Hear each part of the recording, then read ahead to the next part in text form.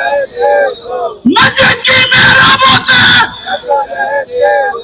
تیز ہو مرداباد مرداباد.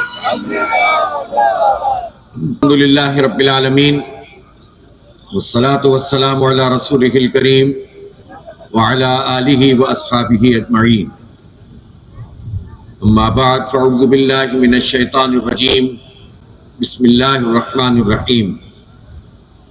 ولما رأى المؤمنون الأحزاب قالوا هذا ما وعدنا الله ورسوله وصدق الله ورسوله وما زادهم إلا إيمانا وتسليما. من المؤمنين رجال صدقوا ما عاهدوا الله عليه فمنهم من قضى نحبه ومنهم من ينتظر وما بدلوا تبديلا. صدق اللہ العلی العظیم. جناب توفیق الدین صدیقی صاحب جنرل سیکریٹری جماعت اسلامی کراچی، جناب راجہ عارف سلطان صاحب نائب امیر کراچی، جناب محمد اشرف صاحب امیر جماعت اسلامی ضلع ایئرپورٹ، جناب فرحان فاروق صاحب، منیم ظفر صاحب امیر جماعت اسلامی کراچی بھی تشریف لے آئے ہیں، ذمہ داران جماعت اور میرے بہت ہی قابل احترام دوستوں، بھائیوں، نوجوانوں، بزرگوں، میری عزت ماؤں، بہنوں، بیٹیوں. آج کا دن پوری امت کے لیے ایک غم کا دن ہے، اس لیے کہ امریکہ اور اسرائیل نے جس طرح مل کر حملہ کیا ہے ایران پر، اور ایران کے سپریم لیڈر رہبر معظم آیت اللہ خامنائی صاحب کو شہید کیا ہے ان کے خاندان سمیت، ظاہر ہے اس کے نتیجے میں پوری امت کے دل دکھی ہیں. ایران کے خلاف امریکہ شروع سے یہ کوشش کرتا رہا ہے کہ وہاں جو انقلاب رونما ہوا جس نے امریکہ کو شیطان بزرگ یعنی سب سے بڑا شیطان قرار دیا،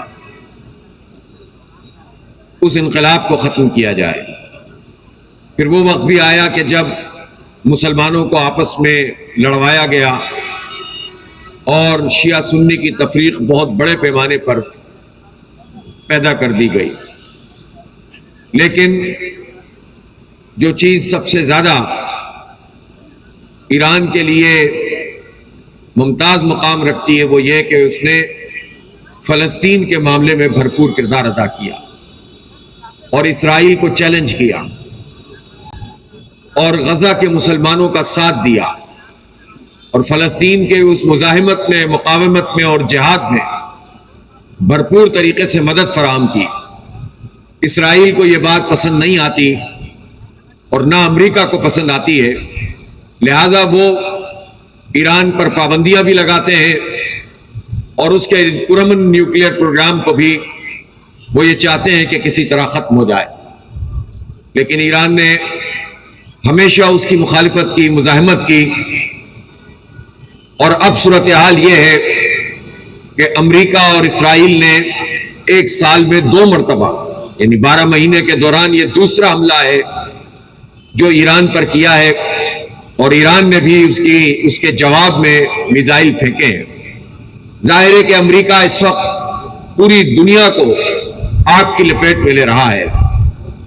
یہ ڈونلڈ ٹرمپ جو یہ دعویٰ کرتا ہے، باتیں کرتا ہے کہ میں جنگیں رکوانا والا ہوں، اور ہمارے وزیر اعظم صاحب نے ٹرمپ کی محبت میں اس کی آشیرواد حاصل کرنے کے لیے، اپنے اقتدار کو دوام دینے کے لیے ان کو نوبل پرائز کے لیے نامزد بھی کر دیا، اور 1 مرتبہ نہیں 2 مرتبہ کر دیا. اور ان حالات میں کر دیا کہ جب اسرائیل مسلسل فلسطینیوں کا قتل عام کر رہا تھا.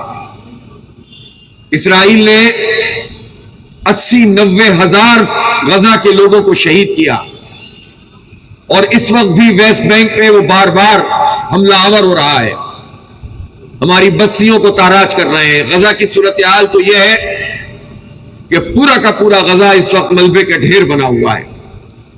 وہ تو فلسطین کے ہم نوجوانوں کو، بزرگوں کو، ماؤں بہنوں کو اور بچوں کو سلام پیش کرتے ہیں کہ جنہوں نے اتنی بڑی تکلیف کو برداشت کیا ہے اتنا قتل عام دیکھا ہے، اتنے بموں کو سہا ہے۔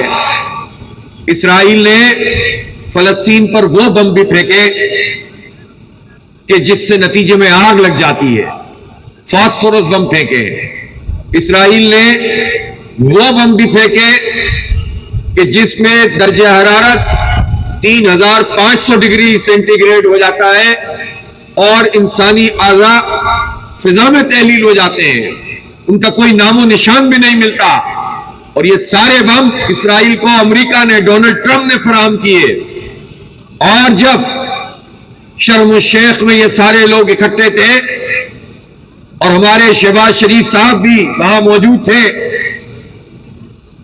تو ڈونلڈ ٹرمپ نے کہا کہ نیتن یاہو نے زبردست قسم کا کام کیا اور وہ ہتھیار استعمال کیے کہ جو مجھے بھی نہیں معلوم کہ وہ کیسے تھے، ہم نے اسے فراہم کیے اور نیتن یاہو نے ان ہتھیاروں کا بہترین استعمال کیا۔ یہ ریکارڈ پر ہے۔ اور جب ڈونلڈ ٹرمپ یہ تقریر کر رہا تھا تو تھوڑی دیر کے بعد شہباز شریف نے اسے سلوٹ کیا اور اسے کہا کہ آپ بہت عظیم انسان ہیں اور آپ کو نوبل پرائز ملنا چاہیے۔ اور اس طرح انہوں نے قومی غیرت اور وقار کو بیچ کر رکھ دیا صرف اپنے اقتدار کے خاطر۔ ظاہر ہے کہ پاکستانی قوم اسے قبول نہیں کر سکتی۔ اور پھر ڈونلڈ ٹرمپ نے وہ پیس بورڈ بنایا کہ جو اقوام متحدہ کو ایک طرف پھینک کر بنایا گیا ہے، اور وہ کیسا پیس بورڈ ہے کہ جس میں فلسطینیوں کی کوئی نمائندگی نہیں ہے۔ اور اس میں بھی جانے کا فیصلہ پاکستان کے حکمرانوں نے اس لیے کر لیا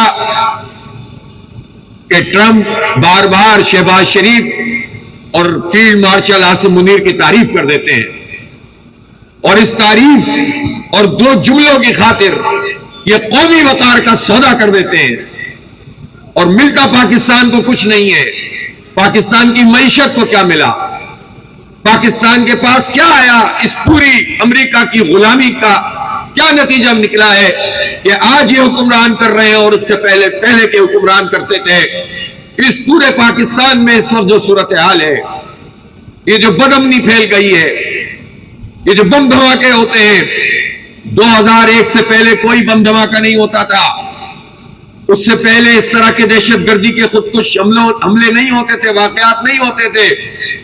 یہ جنرل مشرف تھا جس نے اسی طرح امریکہ کے آگے پوری قوم کو بیچ دیا تھا، اور اس کے نتیجے میں پھر امریکہ بھی آیا، CIA بھی آئی، بلیک واٹر بھی آئی، بھارتی راہ کو بھی موقع ملا افغانستان میں، اس نے اپنے سفارت خانے قائم کیے اور وہ راہ کے اڈے بن گئے، اور پھر پاکستان میں ایک لامتناہی سلسلہ دہشت گردی کا شروع ہوا۔ پوری بیلٹ ہماری غیر محفوظ ہو گئی، اور آج تک ہم اس پورے عمل کو بھگت رہے ہیں۔ امریکی غلامی کی اس پالیسی نے پاکستان کو برباد کر کے رکھ دیا۔ انہوں نے کہا تھا کہ اس کے نتیجے میں پاکستان کی معیشت ٹھیک ہوگی، نہیں ہو سکی، اور آج پھر ہمیں وہی دھوکہ دیا جاتا ہے کہ ہم کیا کریں، ہمارے پاس پیسے نہیں ہیں، ڈالر نہیں ہے، معیشت ہماری خراب ہے، لہذا ہمیں انٹرنیشنل کمیونٹی کے ساتھ چلنا پڑے گا۔ تمہیں انٹرنیشنل کمیونٹی صرف امریکہ کی صورت میں نظر آتی ہے۔ انٹرنیشنل کمیونٹی تو چائنا بھی ہے اور رشیا بھی ہے، اور پھر مسلم ممالک ہیں۔ ایک بلاک بنا کر ہم اس پوری مافیا کا ہم مقابلہ کر سکتے ہیں جو بین الاقوامی سطح پر انسانیت کو کچل رہے ہیں۔ غزہ میں جو کچھ ہوا وہ نسل کشی ہے، اور جو صہیونی ہے وہ خواب دیکھ رہے ہیں کہ ہم گریٹر اسرائیل بنانا چاہتے ہیں۔ اور یہ بات صرف اسرائیل نہیں کہتا کہ نیل سے فرات تک ہم گریٹر اسرائیل بنائیں گے، بلکہ یہ بات امریکہ کے سفیر نے اسرائیل میں بیٹھ کر کہی کہ اسرائیل کو یہ حق حاصل ہے کہ وہ گریٹر اسرائیل بنائے۔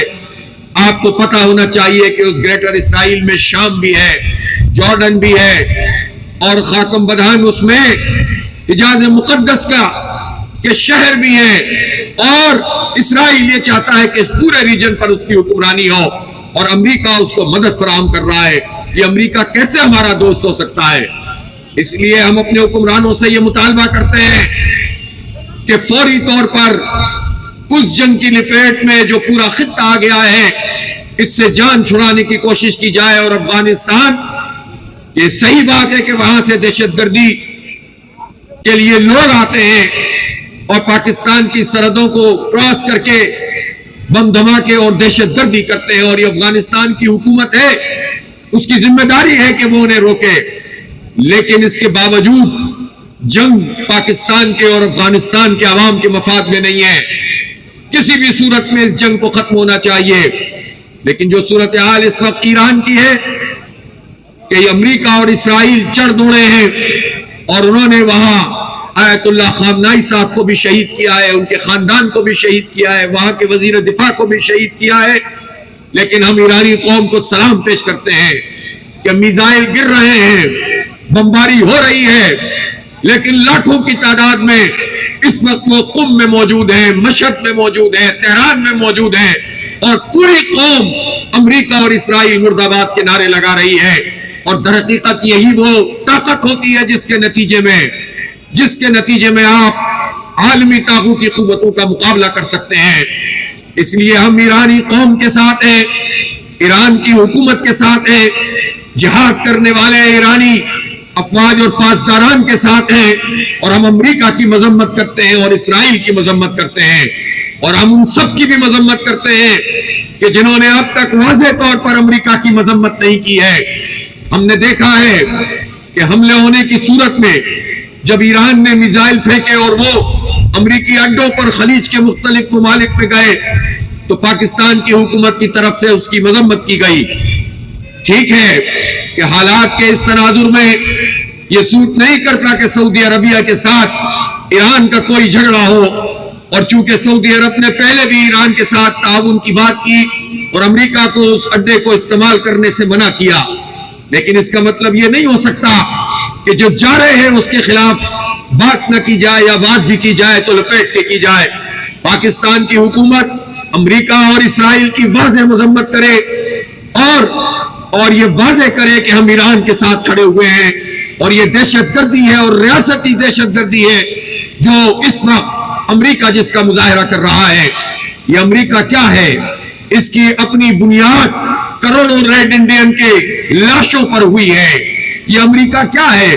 یہ وہ لوگ ہیں جو افریقہ سے اور غرب الہند سے اور پوری دنیا بھر کے جہاں جہاں نو آبادیات انہوں نے بنائی تھی، وہاں سے یورپ کے جن لوگوں نے قبضے کیے ہوئے تھے وہاں سے مختلف لوگوں کو لا کر انہوں نے غلامی کا راستہ اختیار کیا تھا، انہیں غلام بنایا تھا اور صدیوں غلام رکھا تھا. یہ امریکہ کیا ہے؟ انہوں نے بایولوجیکل ویپن بھی استعمال کر کے انسانیت کو قتل کیا ہے. یہ امریکہ کیا ہے؟ اس نے ہیروشیما اور ناگاساکی پر بم پھینک کر لمحوں میں لاکھوں انسانوں کو قتل کر دیا تھا. یہ امریکہ نے عراق پر بمباری کی اور لاکھوں انسانوں کو قتل کیا، افغانستان میں قتل عام کیا، ویتنام میں لشکر کشی کی، اور یہ بھی تاریخ ہے کہ امریکہ کوئی جنگ نہیں جیت پاتا، اس لیے کہ محض میزائل پھینکنے سے جنگیں نہیں جیتی جاتی. بعد میں جب مقابلہ ہوتا ہے تو امریکہ کو شکست ہوتی ہے اور اس کو رسوا ہو کر نکلنا پڑتا ہے. ڈونلڈ ٹرمپ نے کہا تھا کہ میں جنگیں ختم کر دوں گا، لیکن اس کے آنے کے بعد 7 ممالک پر لشکر کشی کی ہے. اس لیے اس وقت کا تقاضا ہے کہ ڈونلڈ ٹرمپ کو وار کرمنل قرار دیا جائے، نیتن یاہو اور ڈونلڈ ٹرمپ کو وار کرمنل قرار دیا جائے. وہ اقوام متحدہ کو نہیں مانتا، وہ کہتا ہے کہ میں جہاں چاہوں اور جس پر چاہوں حملہ کروں. یہ دہشت گردی ہے اور یہ طاغوتی آواز میں بات کرنا ہے. دینی اعتبار سے بھی ہم یہ سمجھتے ہیں کہ کوئی انسان اگر خدا بن بیٹھے اور اپنی مرضی کا قانون نافذ کرنے کی کوشش کرے، تمام قوانین کو پامال کرے اور نعوذ باللہ خدا کے لہجے میں بولنے لگے، تو اس طاغوت کا مقابلہ کرنا پوری امت کے اوپر فرض ہو جاتا ہے. لہذا امریکہ کی حکومت بھی کہ جو ٹرمپ کے پیچھے چھپتی ہے، ان کی جو ڈیپ اسٹیٹ ہے، ان کے جو CIA اور اس دیگر ادارے ہیں، ان کے لیے بھی یہ سوال ہے کہ وہ کس طرح اس طرح کی دہشت گردی کی اجازت دے سکتے ہیں. اس لیے ہم یہ سمجھتے ہیں کہ ڈونلڈ ٹرمپ اکیلا نہیں ہے، امریکہ کی ڈیپ اسٹیٹ اس کے پیچھے کھڑی ہوئی ہے، امریکہ کے ادارے اس کے پیچھے کھڑے ہوئے ہیں، اور اگر امریکی عوام اٹھ کر کھڑے نہیں ہوں گے اور وہ اس کا مقابلہ نہیں کریں گے اور وہ احتجاج نہیں کریں گے تو یہ حرف امریکہ کے کروڑوں عوام پر بھی آئے گا. اس لیے جمہوریت کے راہ اگلاپنے والے انہیں جمہوریت اس وقت اچھی لگتی ہے جب ان کی پسند کے حکمران اس جمہوریت کے ذریعے سے آتے ہیں. ورنہ اگر الجزائر میں عباس مدنی کا اسلامک فرنٹ 90% ووٹ لے کر جیت جائے تو یہ اس کی حکومت نہیں چلنے دیتے. 2006 میں حماس نے الیکشن میں کامیابی حاصل کی. امریکہ کو وہ جمہوریت پسند نہیں ہوتی. اسی طرح سے انہیں وہ جمہوریت پسند نہیں ہوتی جس میں لوگوں کی مرضی سے لوگ حکمران بنے اور وہ کہتے ہیں کہ یہ حکومتیں نہیں چلنی چاہیے. لیکن بادشاہتیں ان کو پسند ہوتی ہیں, ڈکٹیٹرز ان کو پسند ہوتے ہیں. اس لیے یہ جمہوریت کا راہ اگلاپ کر پوری دنیا میں قتل عام کا سرٹیفکیٹ حاصل کر لینا یہ قابل قبول نہیں ہے. میں سمجھتا ہوں کہ پوری پاکستانی قوم کو متحد ہو کر ایران کے ساتھ کھڑا ہونا پڑے گا اور اپنے حکمرانوں کو بھی مجبور کرنا ہوگا کہ ہم ایران کے ساتھ کھڑے ہوں. ایران پر حملہ یہ صرف یہ بات نہیں ہے کہ یہ ایران پر حملہ ہے.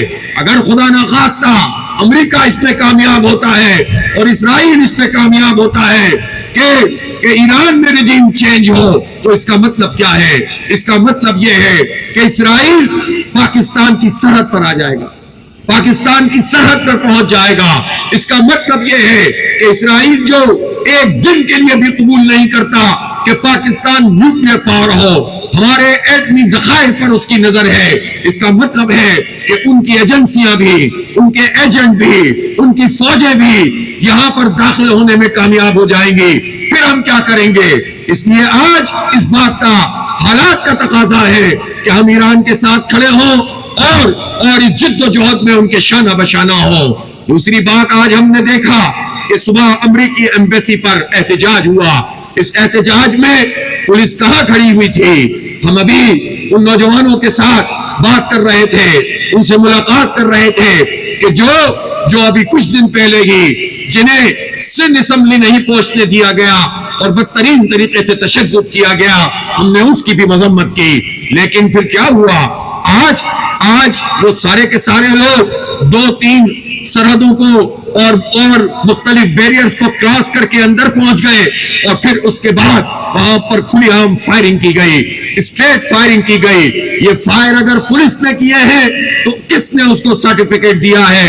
اور اگر امریکی میرین نے کیے ہیں, امریکی فوجیوں نے پاکستان کے لوگوں کا قتل عام آج صبح کیا ہے تو شہباز شریف جواب دو, یہ سرٹیفکیٹ کس نے اس کو دیا ہے کہ مظاہرین کو منتشر کرنے کے لیے وہ سیدھے گولیاں چلائیں اور درجنوں لوگوں کا قتل کر دیں؟ یہ امریکی دہشت گردی اب پاکستان میں بھی ہو رہی ہے. ان کی بے غیرتی کی وجہ سے ہو رہی ہے, ان کی بے شرمی کی وجہ سے ہو رہی ہے. اس لیے ہم یہ سمجھتے ہیں کہ اس کی انکوائری بھی ہونی چاہیے اور پوری دنیا کے سامنے آنا چاہیے. ورنہ اگر اس طرح سے ہم امریکہ کی کالونی بن کر زندگی گزاریں گے تو یہ ہم سب کچھ برباد کر کے رکھ دیں گے. پوری دنیا میں ایک مرتبہ پھر باضمیر انسانوں کو متحد کرنے کی ضرورت ہے. نوجوانوں کو سوشل میڈیا کے ذریعے سے اپنی آواز اٹھانے کی ضرورت ہے.